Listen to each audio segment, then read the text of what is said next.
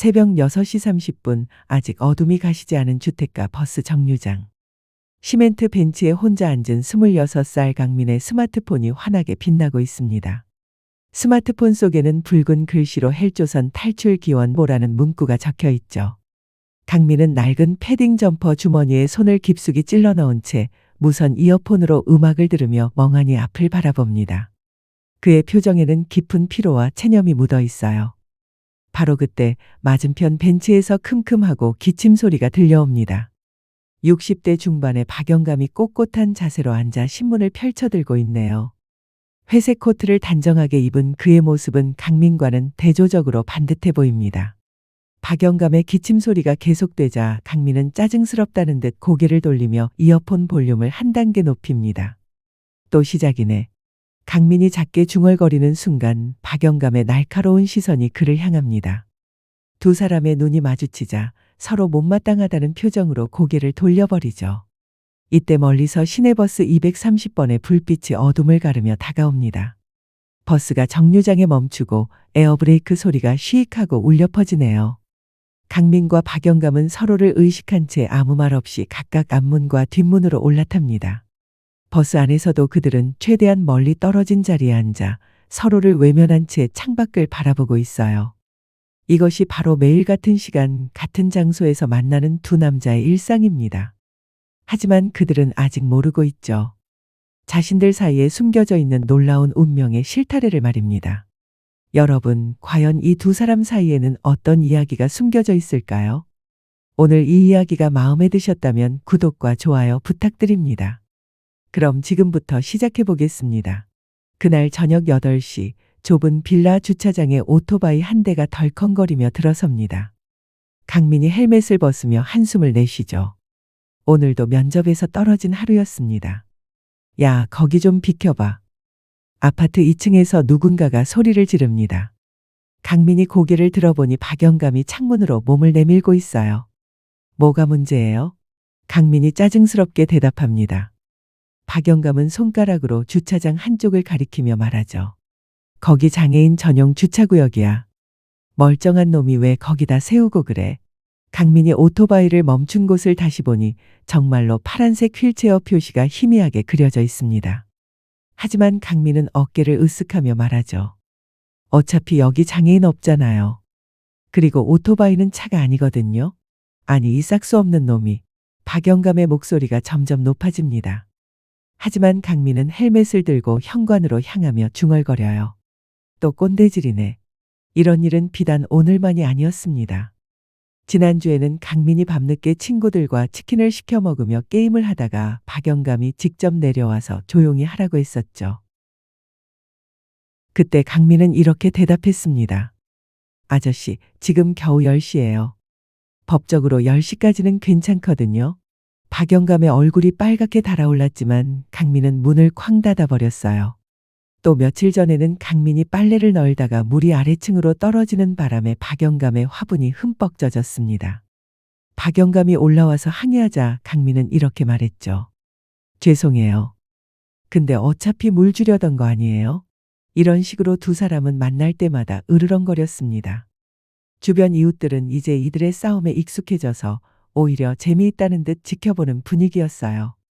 2층 옆집 아주머니는 친구들에게 이런 말을 하곤 했습니다. 우리 빌라에 진짜 재밌는 드라마가 매일 벌어져. 젊은 애랑 할아버지가 맨날 티격태격하는데 보는 재미가 쏠쏠해. 하지만 정작 당사자들은 서로를 견딜 수 없어 했죠.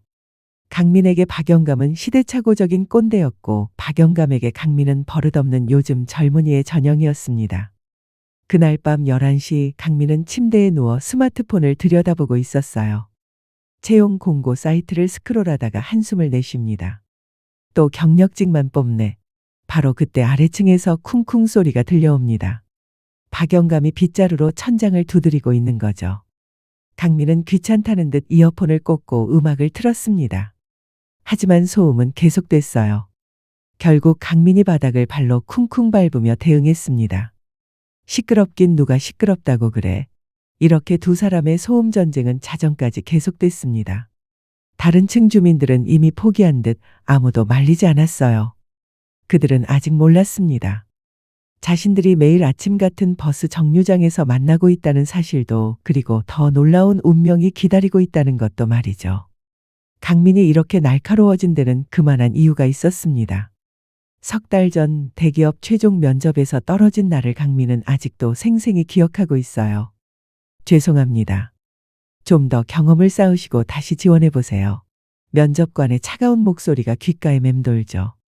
그날 강민은 종로 한복판에서 한참을 멍하니 서 있었습니다. 이번엔 진짜 될 줄 알았는데. 집으로 돌아가는 지하철 안에서 강민은 창밖을 바라보며 생각했어요. 대학교 4년 내내 스펙을 쌓고 토익도 900점 넘게 받고 인턴도 2번이나 했는데 왜 계속 떨어지는 걸까요? 그 후 강민은 스타트업 창업을 꿈꿨습니다. 대학 동기 3명과 함께 앱 개발 사업을 시작했죠.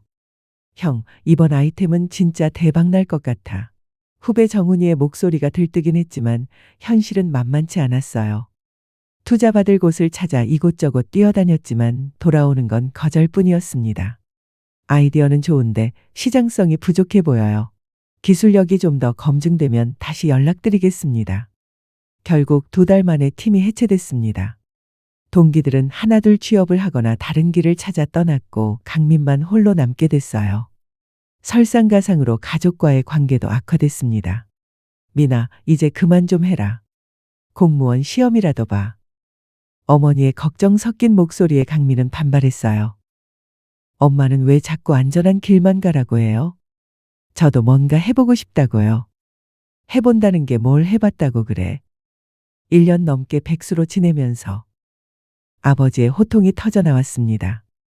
그날 강민은 집을 나와 친구 집에서 일주일을 지냈어요. 지금 강민이 사는 이 원룸 빌라도 그때 급하게 구한 곳이었습니다.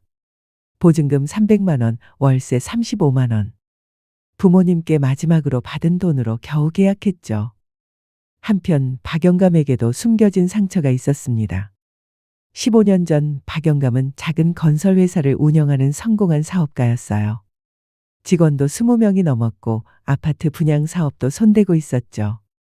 여보, 우리 영호 대학 등록금 걱정은 안 해도 되겠네. 아내가 웃으며 말했던 그때가 박영감에게는 인생의 전성기였습니다. 하지만 2008년 금융위기가 모든 걸 바꿔놓았어요.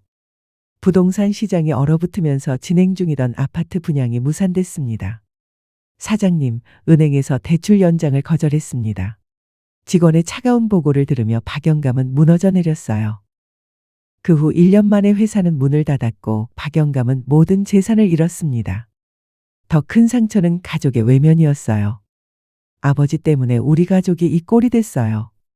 아들 영호가 소리치며 집을 나간 날 박영감은 소주병을 들고 혼자 울었습니다. 아내도 결국 견디지 못하고 친정으로 돌아갔어요. 당신 혼자 있으면서 좀 정리하세요. 저는 더는 못 견디겠어요. 그렇게 박영감은 홀로 남게 됐습니다. 지금 박영감이 사는 이 2층 원룸도 그때 급매로 산 곳이에요. 과거의 영광과는 비교할 수 없을 만큼 초라하지만 그나마 안식처가 되어주고 있었죠. 매일 아침 박영감은 구인 광고를 보며 일자리를 찾았지만 60을 넘긴 나이에 할 수 있는 일은 많지 않았어요. 경비원 자리인데 나이가, 청소일인데 체력이 받쳐줄지. 거절당하는 일이 반복되면서 박영감의 마음도 점점 메말라갔습니다. 그래서였을까요? 박영감은 강민의 방황하는 모습을 보면 과거의 자신이 떠올라 불편했어요. 젊은 시절 무모하게 도전했다가 모든 걸 잃었던 그 시절 말이죠. 저 녀석도 나처럼 망하겠군. 박영감이 강민을 유독 못마땅하게 여기는 이유였습니다. 그건 남에 대한 걱정이라기보다는 과거의 자신에 대한 분노에 가까웠어요. 강민 역시 박영감의 간섭이 싫었어요. 자신의 처지가 초라하다는 걸 누구보다 잘 알고 있는데 남이 나서서 지적질하는 게 참을 수 없었거든요. 이렇게 두 사람은 서로의 상처를 모른 채 겉으로 드러난 모습만으로 서로를 판단하고 있었습니다. 하지만 운명은 이미 그들을 묶는 실을 준비하고 있었어요. 곧 일어날 예상치 못한 사건과 함께 말이죠. 그날은 평소보다 더운 여름날이었습니다. 오전 8시 30분 버스 정류장에는 여느 때와 같이 강민과 박영감이 앉아 있었어요. 강민은 이어폰을 끼고 음악을 들으며 스마트폰을 만지작거리고 있었고 박영감은 경제신문을 펼쳐든 채 기사를 읽고 있었습니다. 그런데 이상했어요. 평소 같으면 시간에 맞춰 도착했을 230번 버스가 보이지 않았거든요. 이상하네, 버스가 왜 안 와? 강민이 중얼거리며 버스 어플을 확인해 봤지만 운행 지연이라는 안내만 떠 있을 뿐이었어요. 박영감도 손목시계를 확인하며 눈살을 찌푸렸습니다. 오늘은 구인 면접이 있는 날이라 늦으면 안 됐거든요. 시간이 흘러 오전 9시가 넘어서야 버스가 나타났습니다. 평소보다 30분이나 늦었어요. 버스에는 사람들이 빽빽하게 들어차 있었습니다. 출근 시간을 놓친 직장인들이 한꺼번에 몰렸거든요. 강민과 박영감은 어쩔 수 없이 나란히 서서 가야 했어요. 버스가 흔들릴 때마다 두 사람의 어깨가 부딪혔지만 서로 못 본 척했습니다. 그때였어요. 으윽. 갑자기 박영감이 가슴을 움켜쥐며 신음소리를 냈습니다. 처음엔 강민도 그냥 지나쳤어요. 또 뭔 연극이야 하는 생각이었거든요. 하지만 박영감의 얼굴이 점점 창백해지고 식은땀이 흘러내리는 게 보였어요. 아저씨? 강민이 조심스럽게 말을 걸어봤지만 박영감은 대답하지 못했습니다. 그냥 가슴을 부여잡고 거친 숨만 몰아쉬고 있었어요. 이때 버스 안다른 승객들도 상황을 눈치챘습니다. 저분 괜찮으신가요? 얼굴이 너무 안 좋아 보이는데. 웅성거리는 소리가 버스 안에 퍼졌어요. 박영감이 갑자기 휘청거리더니 강민 쪽으로 넘어질 뻔했습니다. 강민이 재빨리 팔을 뻗어 박영감을 받쳐줬어요. 아저씨, 괜찮으세요? 박영감의 몸이 축 늘어지면서 강민에게 기대었습니다. 가까이서 보니 박영감의 상태가 정말 심각해 보였어요. 기사님, 응급 상황이에요. 강민이 큰 소리로 외쳤습니다. 버스 기사가 백미러로 상황을 확인하더니 급히 가장 가까운 정류장에 차를 세웠어요. 119에 신고했습니다. 곧 구급차 올 거예요. 한 승객이 말했습니다. 강민은 박영감을 부축해서 버스에서 내렸어요. 정류장 벤치에 박영감을 앉히고 등을 토닥여주며 말했습니다. 천천히 숨 쉬세요. 괜찮을 거예요. 박영감이 간신히 고개를 들어 강민을 바라봤어요. 그 눈빛에는 고통과 함께 뭔가 복잡한 감정이 섞여 있었습니다. 고맙다. 박영감이 떨리는 목소리로 말했어요. 5분 후 구급차가 사이렌을 울리며 도착했습니다. 응급 구조사들이 박영감을 들것에 태우면서 물어봤어요. 보호자세요? 강민은 잠시 망설였습니다.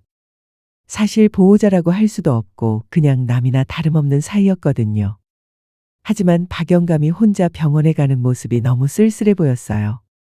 네, 같이 갈게요. 강민이 구급차에 올라탔습니다. 병원 응급실에서 1시간을 기다린 후 의사가 나와서 말했어요. 과로와 스트레스로 인한 흉통이었습니다. 심근경색은 아니니까 걱정하지 마세요. 하루 정도 입원 관찰하고 퇴원하시면 됩니다. 다행히 큰 병은 아니었어요. 강민이 안도의 한숨을 내쉬는데 간호사가 물어봤습니다. 환자분 소지품은 여기 있는데 가족분께 연락드릴까요? 박영감의 가방과 지갑이 놓여 있었어요. 강민은 박영감에게 물어봤습니다. 가족분께 연락드릴까요? 박영감이 쓸쓸하게 고개를 저었어요. 연락할 사람이 없어. 그 말에 강민의 가슴이 뭔가 답답해졌습니다. 자신도 가족과 사이가 안 좋긴 하지만 아예 연락할 사람이 없다는 게 이렇게 쓸쓸하게 들릴 줄은 몰랐어요. 그럼 제가 짐 정리해 드릴게요. 강민이 박영감의 낡은 가방을 정리하기 시작했어요. 가방 안에는 구인 광고가 인쇄된 종이들, 오래된 지갑 그리고 이건 뭐지? 가방 구석에서 오래된 일기장 한 권이 나왔습니다. 가죽 표지가 낡아서 구겨져 있었고 곳곳에 때가 탄 흔적이 보였어요. 강민은 잠시 망설였습니다. 남의 일기장을 함부로 보는 건 예의가 아니니까요. 하지만 호기심이 더 컸어요. 저 무뚝뚝한 박영감이 일기를 쓴다는 게 신기했거든요. 강민이 조심스럽게 일기장을 펼쳐봤습니다. 첫 페이지에는 흑백 사진 한 장이 끼워져 있었어요. 젊은 남자가 환하게 웃고 있는 모습이었는데 어딘지 낯이 익었습니다. 사진 밑에는 펜으로 이렇게 적혀 있었어요. 박영훈 1973년. 영훈? 그게 박영감의 본명이었나요? 강민이 다음 페이지를 넘겨봤습니다. 삐뚤빼뚤한 글씨로 일기가 적혀 있었어요. 1975년 3월 15일. 오늘도 취업에 실패했다. 벌써 20번째다. K 선생님이 아니었다면 나는 정말 포기했을 것이다. K 선생님은 내게 이렇게 말씀하셨다. 영훈아, 실패는 성공의 어머니란다. 포기하지만 말거라. K가 누구죠? 강민이 계속 읽어내려갔습니다. 1975년 4월 2일. 드디어 작은 건설회사에 취직했다. K 선생님께서 추천해 주신 덕분이다. K 선생님은 정말 내 인생의 은인이시다. 강민의 눈이 점점 커졌어요. 이 일기는 젊은 시절 박영감, 아니 영훈의 이야기였습니다. 그런데 이상했어요. 일기 속의 영훈은 지금의 박영감과는 너무 달랐거든요.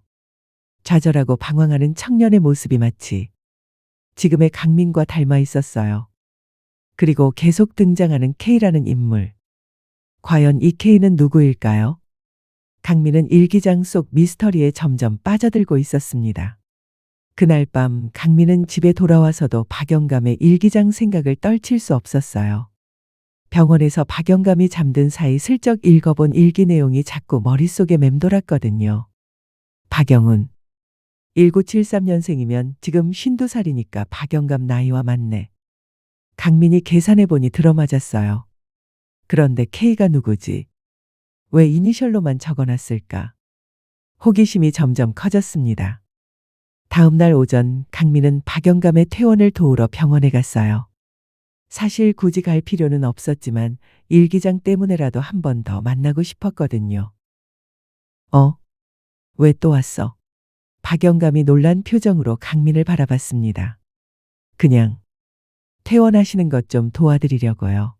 강민이 어색하게 대답했어요. 박영감은 뭔가 복잡한 표정을 지었습니다. 어제 자신을 도와준 것만 해도 고마웠는데 또 찾아와 주다니 당황스러웠거든요. 고맙긴 한데 나 때문에 내가 왜 이렇게까지. 아, 그리고 이거. 강민이 일기장을 꺼내며 말했어요. 어제 짐 정리하다가 떨어뜨린 것 같더라고요. 박영감의 얼굴이 순간 굳어졌습니다. 혹시 봤어? 아니에요.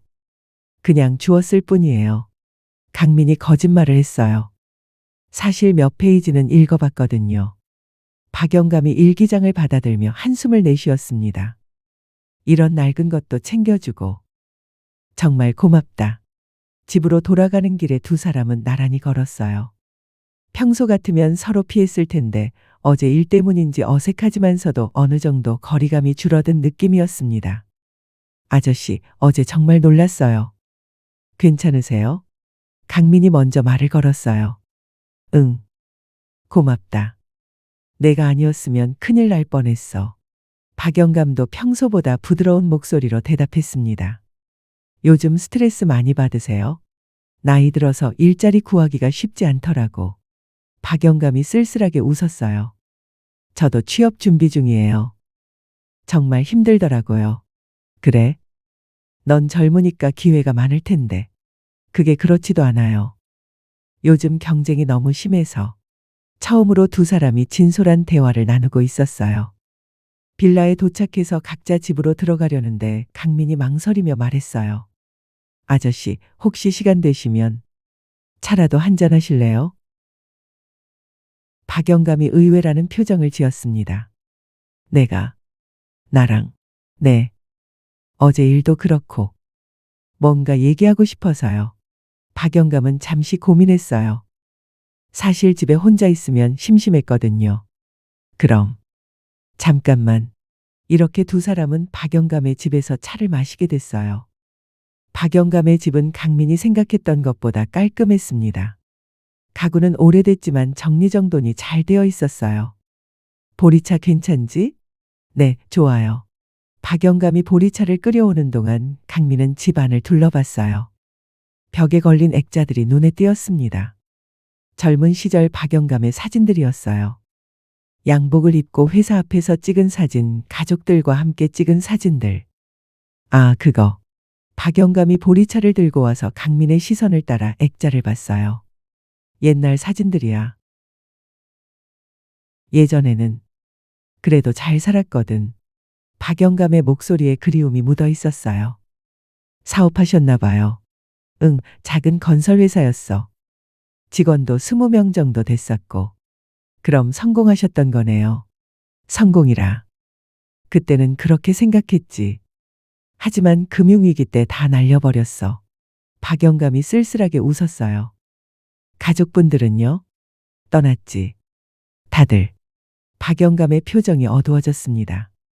강민은 더 물어보면 안 될 것 같아서 조용히 차를 마셨어요. 그때 박영감이 먼저 입을 열었습니다. 너도 힘들겠구나. 요즘 젊은 애들 취업하기 정말 어렵다던데. 네.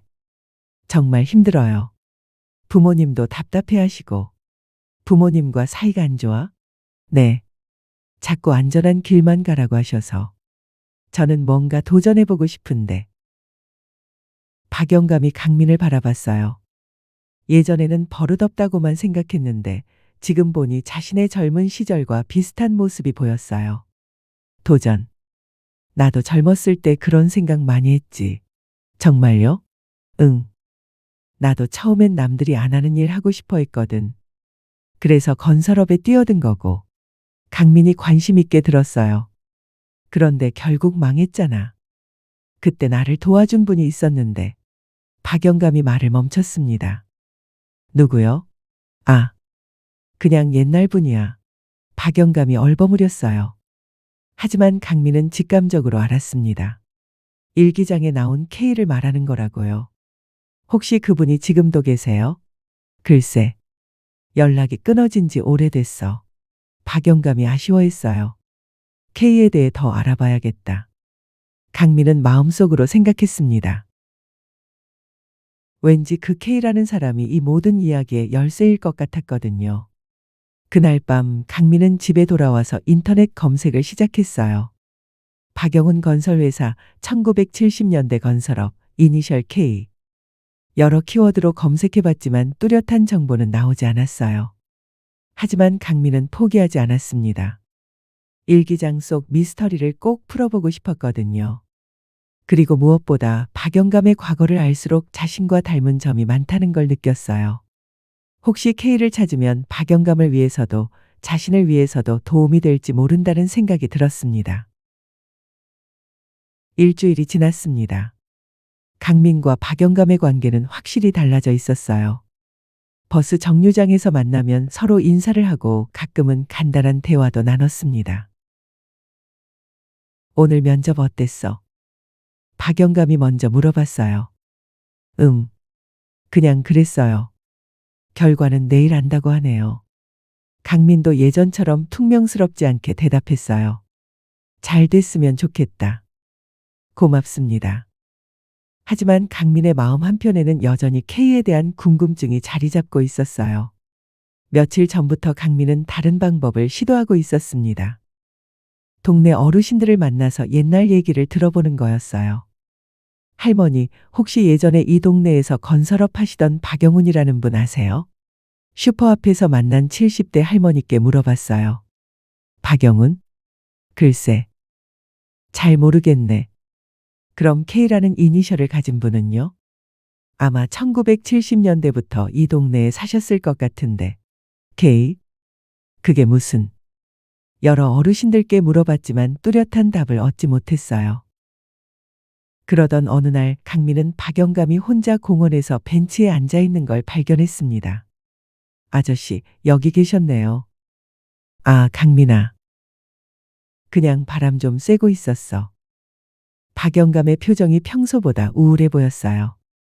무슨 일 있으세요? 오늘 면접에서 또 떨어졌어. 나이 때문인 것 같은데. 박영감이 깊은 한숨을 내쉬었어요. 강민이 박영감 옆에 앉으며 말했습니다.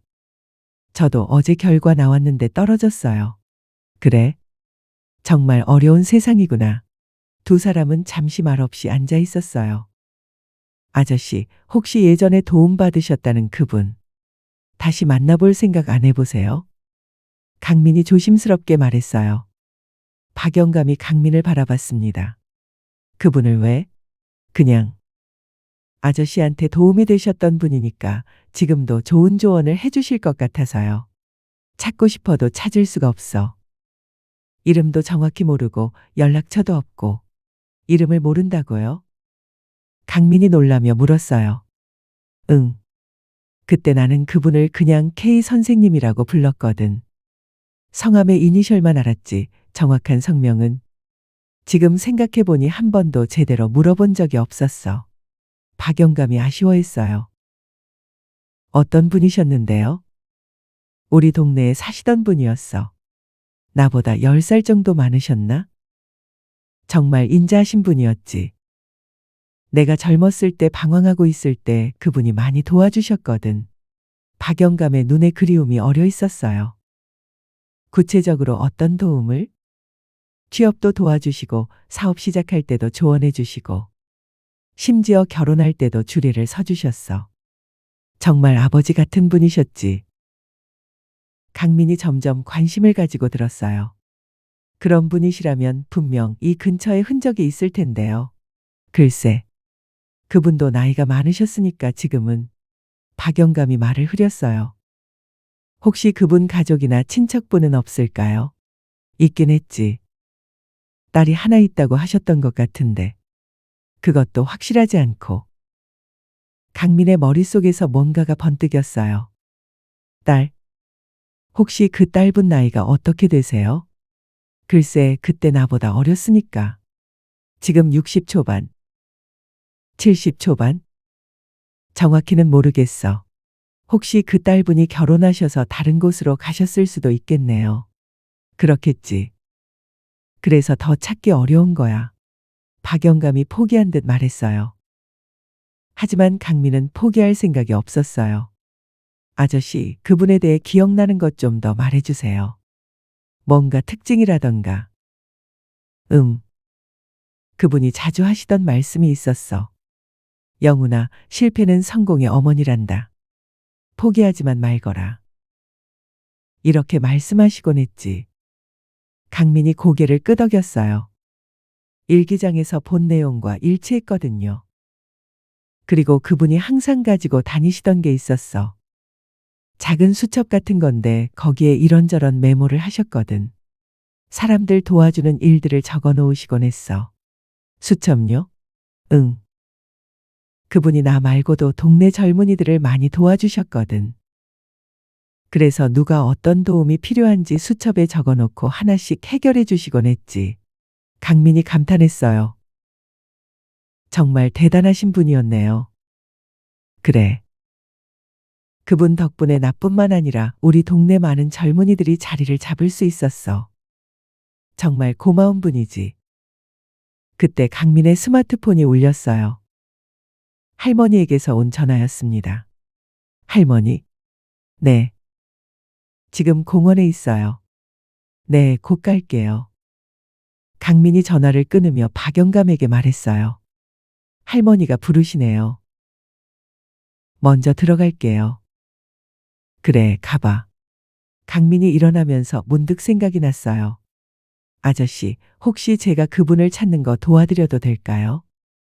젊은 사람이 인터넷이나 이런 걸로 찾아보는 게 나을 수도 있잖아요. 박영감이 의외라는 표정을 지었어요. 내가 왜 그렇게까지?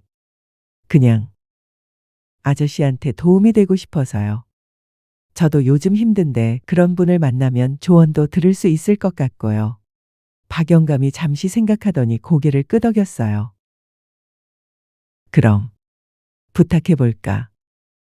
하지만 너무 무리하지는 마. 네, 꼭 찾아보겠습니다. 강민이 의욕적으로 대답했어요. 집에 가는 길에 강민은 생각했습니다. 분명히 단서가 있을 거야. 그런 분이라면 이 동네에 흔적을 남겼을 것 같은데. 그리고 문득 할머니 생각이 났어요. 할머니도 이 동네에 오래 사셨으니까 혹시 뭔가 아실지도 모르겠다는 생각이 들었거든요. 강민의 발걸음이 빨라졌습니다. 이제 정말로 미스터리를 풀어야겠다는 결심이 섰거든요. 할머니 집에 도착한 강민은 평소와 다른 할머니의 모습을 발견했어요. 할머니, 무슨 일이에요? 표정이 안 좋으신데. 할머니가 거실 소파에 앉아 오래된 상자를 뒤적이고 계셨어요. 아, 미나. 와서 앉아라. 할머니가 뭔가 찾고 있는데 어디 갔는지 모르겠네. 뭘 찾으세요? 옛날 사진들 말이야. 너무 오래돼서 어디 뒀는지. 강민이 할머니 옆에 앉으며 상자를 들여다봤어요. 낡은 사진들과 편지들이 가득 들어 있었습니다. 왜 갑자기 옛날 사진을 찾으세요? 아, 그게 오늘 옛날 친구 생각이 나더라고. 정말 좋은 분이었는데 오랫동안 연락이 끊어졌거든. 강민의 귀가 번쩍했어요. 옛날 친구요? 어떤 분인데요? 강씨 성을 가진 분이었는데. 나보다 10살 정도 많으셨지. 정말 착하신 분이었어. 강씨. 걔. 강민이 깜짝 놀라며 소리쳤어요. 너 왜 그래? 할머니, 혹시 그분 성함이 강모모세요? 강경숙. 아니, 강경순? 아, 나이 먹으니까 기억이 가물가물하네. 강민의 심장이 빠르게 뛰기 시작했어요. 할머니, 그분 혹시 우리 동네에 사셨어요? 그리고 젊은 사람들 도와주는 걸 좋아하셨나요? 할머니가 강민을 이상하게 바라봤어요. 내가 그분을 어떻게 알아? 맞아, 경순이 언니는 정말 젊은 사람들 돌보는 걸 좋아하셨지. 항상 누군가를 도와주고 계셨어. 할머니, 그분이 K예요. K가 뭔데? 강민이 흥분해서 할머니께 박영감 이야기를 했어요. 일기장에서 본 K 그리고 박영감이 찾고 있는 은인 이야기를 모두 말했습니다. 할머니가 놀란 표정으로 강민을 바라봤어요. 어머, 그럼 내가 말하는 박영훈이라는 사람이 경순이 언니가 도와주셨던 그 젊은이 중 한 명이었구나. 정말요? 할머니가 그분을 아세요? 물론이지. 강경순 언니는 내 절친한 친구였어. 정말 대단한 분이셨지. 할머니의 눈에 그리움이 어렸어요. 어떤 분이셨는데요? 경순이 언니는 정말 남을 위해 사는 분이셨어.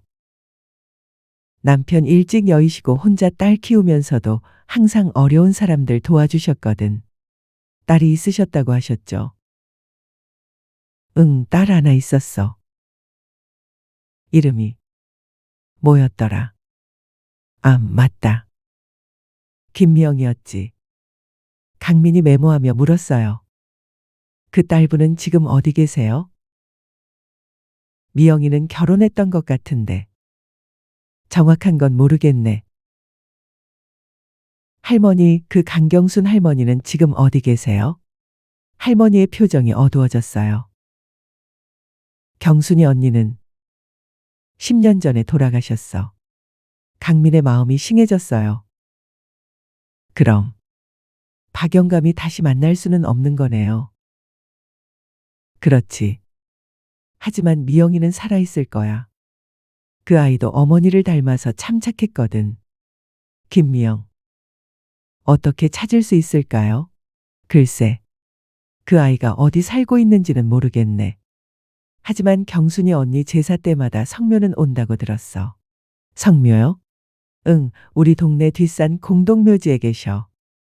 매년 기일 때 미영이가 온다고 하더라고. 기일이 언제예요?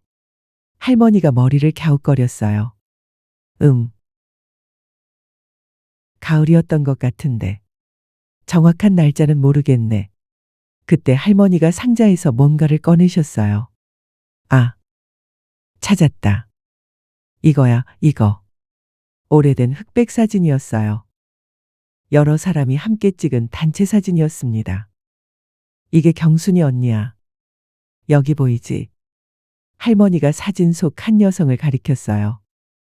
단정한 모습의 중년 여성이 환하게 웃고 있었습니다. 이 사진 언제 찍은 거예요? 1980년도쯤. 동네 잔치 때 찍은 것 같은데. 강민이 사진을 자세히 들여다봤어요. 그런데 사진 한쪽 구석에 낯익은 얼굴이 보였습니다. 할머니, 이 사람 누구예요? 강민이 가리킨 곳에는 젊은 남성이 서 있었어요. 이거.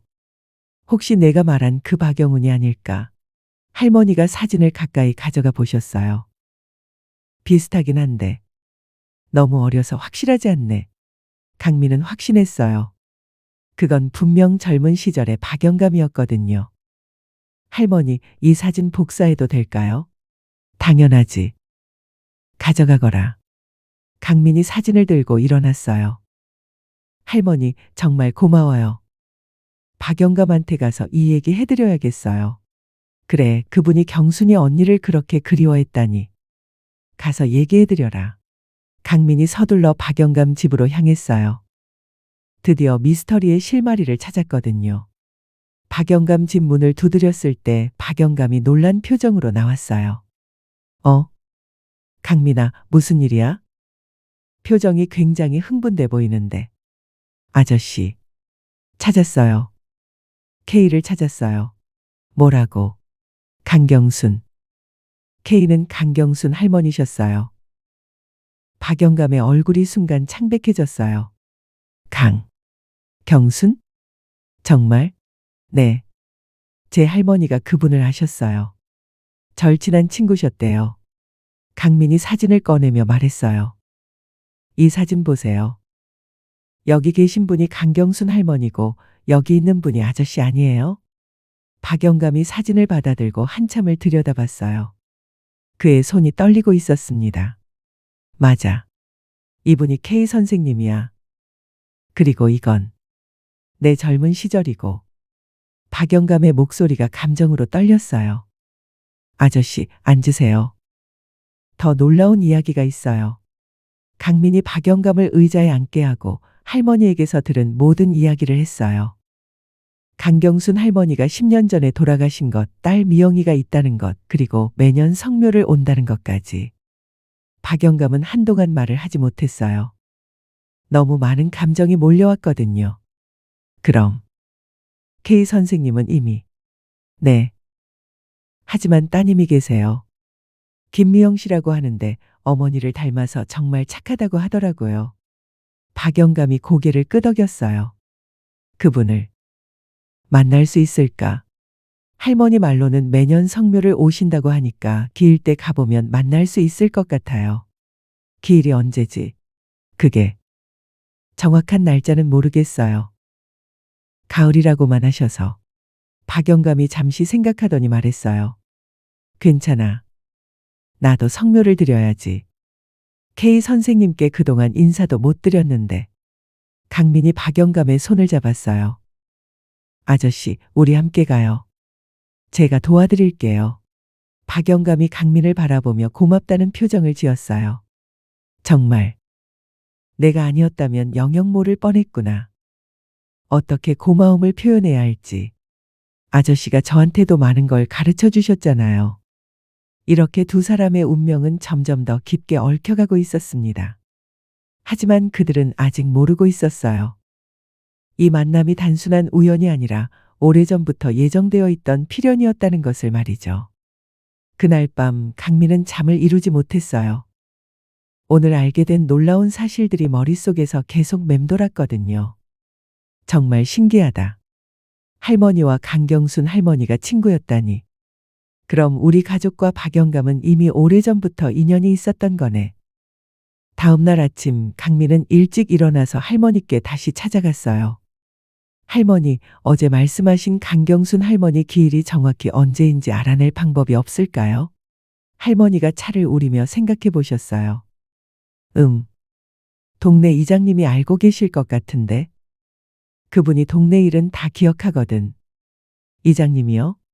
응, 최 이장님. 벌써 30년 넘게 이 동네 이장을 하고 계셔. 가서 물어보거라. 강민이 이장님 댁을 찾아가서 사정을 말씀드렸어요. 강경순 할머니요? 아, 그 착하셨던 분 말이지. 기일이. 잠깐만요. 이장님이 오래된 수첩을 뒤적이시더니 말씀하셨어요. 여기 있네. 10월 13일이야. 작년에도 딸분이 오셔서 성묘하고 가셨어. 10월 13일. 그럼 이번 주 토요일이네요. 맞아. 그런데 너희가 왜 그분 기일을? 강민이 간단히 사정을 설명드렸어요. 아, 그런 일이. 그럼 토요일에 가보거라. 딸분이 오실 거야. 강민이 서둘러 박영감에게 달려갔어요. 아저씨. 알아냈어요. 이번 주 토요일이 강경순 할머니 기일이래요. 박영감이 달력을 확인했어요. 10월 13일. 이번 주 토요일이구나. 네. 그날 김미영 씨가 성묘 오실 거래요. 박영감의 표정이 복잡해졌어요. 설렘과 불안이 동시에 느껴졌거든요. 그분을 만나서 뭐라고 말해야 할까? 그냥 솔직하게 말씀하시면 돼요. 어머님께 얼마나 도움을 받았는지, 얼마나 감사했는지. 그래. 맞다.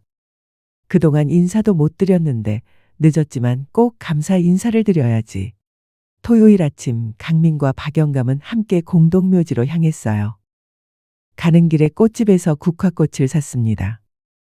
아저씨, 긴장되세요? 응. 정말 오랜만이야. K 선생님을 생각하니까 옛날 기억이 다 떠오른다. 공동묘지에 도착해서 강경순 할머니의 묘를 찾았어요. 이미 누군가가 성묘를 마친 흔적이 있었습니다. 깨끗하게 정리된 묘소와 새로 놓인 꽃들이 보였어요. 늦었나 보네. 박영감이 아쉬워했을 때 뒤에서 목소리가 들려왔어요. 어머, 누가 어머니 성묘를 해주셨나요? 돌아보니 50대 중반의 여성이 서 있었어요. 손에는 성묘용품을 들고 있었습니다. 혹시 김미영 씨세요? 강민이 조심스럽게 물어봤어요. 네. 저를 어떻게? 저희가 찾던 분이에요. 강민이 박영감의 팔을 잡아 끌었어요. 아저씨, 이분이 강경순 할머니 따님이세요. 박영감이 김미영 씨를 바라보며 깊게 인사했어요. 안녕하세요. 저는 박영훈이라고 합니다. 박영훈? 어디서 많이 들어본 이름인데. 김미영 씨가 고개를 갸우뚱했어요. 혹시 어머님께서 옛날에 저를 도와주신 적이 있어요? 젊었을 때 말이에요. 어머니가요? 언제쯤 말씀이시죠? 1970년대 후반부터 80년대까지. 어머님께서 저를 정말 많이 도와주셨어요. 김미영 씨의 눈이 점점 커졌어요. 혹시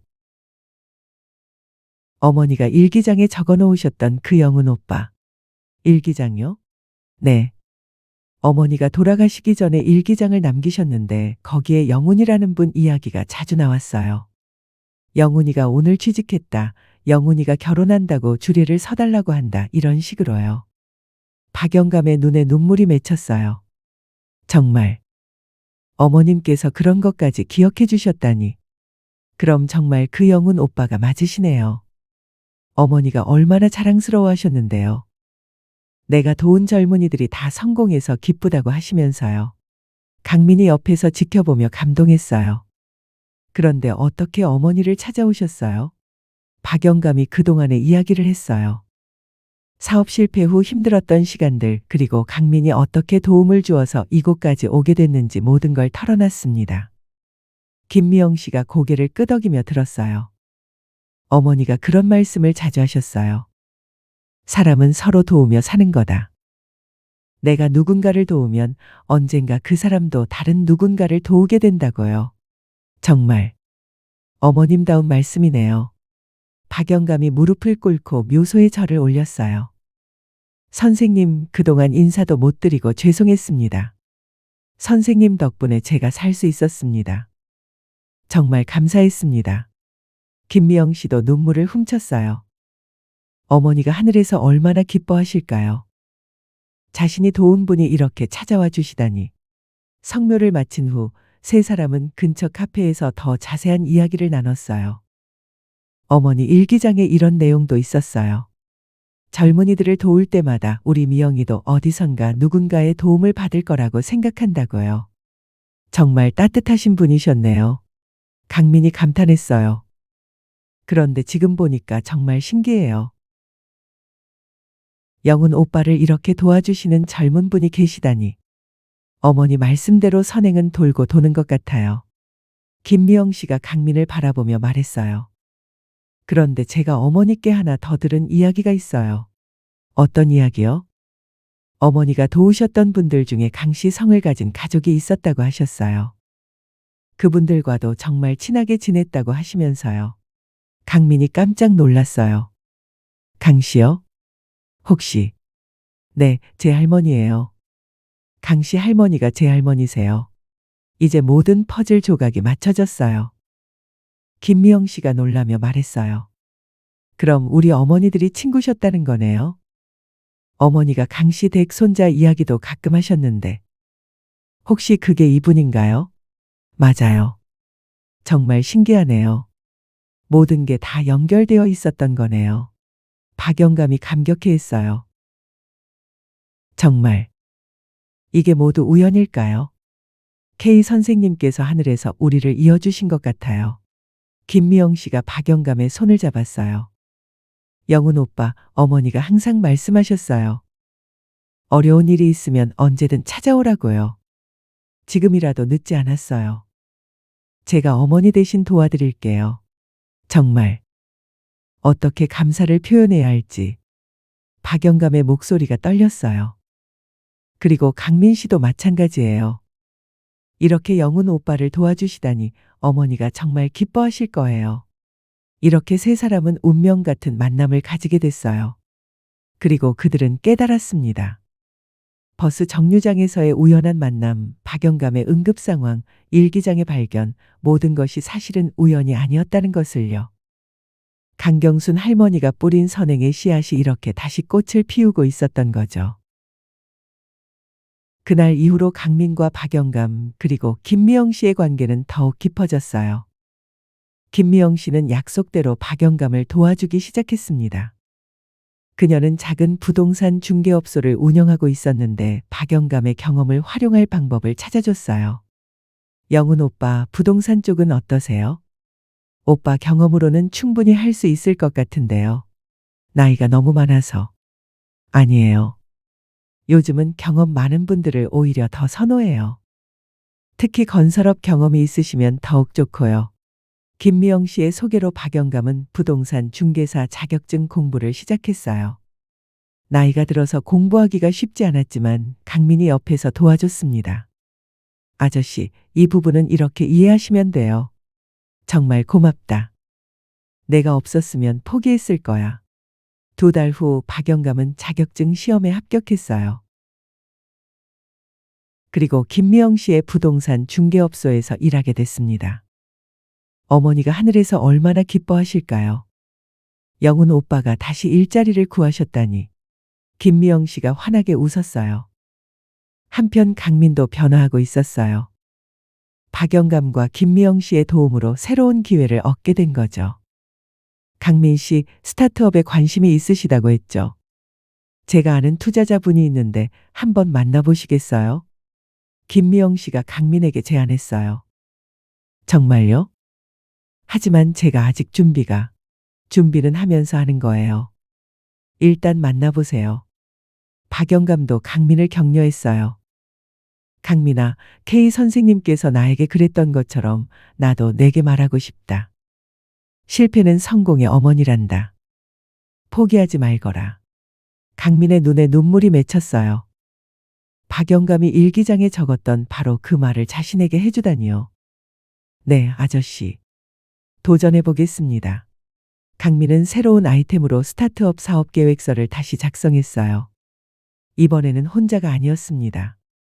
박영감의 사업 경험과 김미영 씨의 네트워크가 큰 도움이 됐거든요. 이 아이템은 정말 괜찮은 것 같네. 시장성도 충분해 보이고. 박영감이 사업 계획서를 보며 조언해 줬어요. 실제 고객들이 원하는 게 뭔지 제대로 파악했네. 이전과는 접근 방식이 완전히 달라졌어. 3달 후 강민은 마침내 투자를 받는데 성공했어요. 작은 금액이었지만 꿈을 다시 시작할 수 있는 소중한 자금이었습니다. 축하해, 강민아. 박영감이 강민을 껴안으며 축하해줬어요. 아저씨 덕분이에요. 정말 고마워요. 아니야, 이건 내 노력의 결과야. 나는 그냥 옆에서 응원만 했을 뿐이고. 김미영 씨도 함께 축하해줬어요. 어머니가 정말 기뻐하실 거예요. 두 분 모두 새로운 시작을 하게 되시다니. 그날 저녁 세 사람은 함께 작은 축하 자리를 가졌어요. 정말 신기해요. 1년 전만 해도 우리가 이렇게 될 줄 누가 알았겠어요? 강민이 감회에 젖어 말했어요. 그러게 말이야. 그때는 서로 원수 같았는데. 박영감이 웃으며 대답했어요. 어머니가 항상 말씀하셨어요. 사람과 사람의 만남에는 다 이유가 있다고요. 김미영 씨가 잔을 들어올리며 말했어요. 강경순 할머니 덕분에 우리가 만날 수 있었네요. K 선생님께 건배. 세 사람이 함께 건배했어요. 며칠 후 강민은 가족들과 화해했어요. 부모님께 먼저 연락했거든요. 미나, 정말 축하한다. 아빠가 너무 심하게 말한 것 같아서 미안했어. 괜찮아요, 아빠. 저도 철없었어요. 이번엔 정말 잘 될 것 같다. 아빠가 응원할게. 가족과의 화해도 박영감 덕분이었어요. 박영감이 강민에게 이런 조언을 해줬거든요. 가족은 세상에서 가장 소중한 거야. 내가 가족을 잃고 나서야 깨달았지. 내가 나 같은 실수를 하지 않았으면 좋겠어. 박영감도 용기를 내서 아들과 연락을 시도했어요. 처음에는 냉담했던 아들도 아버지가 다시 일자리를 구하고 새로운 시작을 한다는 소식을 듣고 조금씩 마음을 열었습니다. 아버지, 정말 다시 시작하시는 거예요? 응, 늦었지만 다시 해보려고 한다. 저도 아버지를 너무 원망만 했던 것 같아요. 미안해요. 아니다. 아빠가 잘못했어. 다시 좋은 아버지가 되도록 노력할게. 이렇게 두 사람 모두 가족과의 관계를 회복했어요. 1년 후 강민의 스타트업은 순조롭게 성장하고 있었고 박영감은 부동산 중개사로 꽤 인정받는 전문가가 됐어요. 어느 따뜻한 봄날 세 사람은 다시 강경순 할머니의 묘소를 찾았습니다. 할머니, 저희 모두 잘 지내고 있어요. 강민이 묘소 앞에서 인사했어요. 선생님 덕분에 제가 새로운 인생을 살게 됐습니다. 정말 감사합니다. 박영감도 깊게 절했어요. 어머니가 심으신 선행의 씨앗이 이렇게 큰 나무가 됐어요. 김미영 씨가 눈물을 훔치며 말했어요. 묘소를 정리하고 돌아가는 길에 강민과 박영감은 그 익숙한 버스 정류장을 지나갔어요. 여기서 처음 만났었죠. 그러게. 그때는 서로 짜증나는 사람이라고 생각했는데 지금은 아저씨가 제 인생의 가장 소중한 분이에요. 나도 마찬가지야. 너 때문에 내 인생이 완전히 바뀌었어. 두 사람은 벤치에 나란히 앉았어요. 예전처럼 서로를 피하는 게 아니라 편안하게 대화하며 말이죠. 아저씨, 앞으로도 계속 함께해요. 당연하지. 우린 이제 진짜 가족 같은 사이니까. 이때 230번 버스가 정류장에 도착했어요. 두 사람은 함께 일어나서 버스에 올라탔습니다. 버스 안에서 강민이 창밖을 바라보며 생각했어요. 정말 신기하다. 강경순 할머니가 뿌린 선행의 씨앗이 이렇게 많은 사람들의 인생을 바꿨구나. 박영감도 비슷한 생각을 하고 있었어요. K 선생님, 정말 감사합니다. 선생님 덕분에 저뿐만 아니라 강민이까지 새로운 인생을 살게 됐습니다. 버스가 달리는 동안 두 사람의 얼굴에는 희망찬 미소가 번졌습니다. 그들은 이제 알고 있었어요. 우연처럼 보였던 모든 만남이 사실은 필연이었다는 것을, 그리고 한 사람의 작은 선행이 얼마나 많은 사람들에게 희망을 줄 수 있는지를요. 버스 정류장에서 시작된 두 남자의 이야기는 이렇게 아름다운 결말을 맞이했습니다. 하지만 이것이 끝이 아니에요. 강민과 박영감은 이제 다른 누군가를 도우며 살아갈 거거든요. 강경순 할머니가 그랬던 것처럼, K 선생님이 그랬던 것처럼 말이에요. 여러분도 오늘 누군가에게 작은 도움의 손길을 내밀어 보세요. 그 작은 선행이 언젠가는 큰 기적이 되어 돌아올지도 모르거든요. 이 이야기가 여러분의 마음에 작은 울림이라도 전해드렸다면 구독과 좋아요로 응원해 주세요. 감사합니다.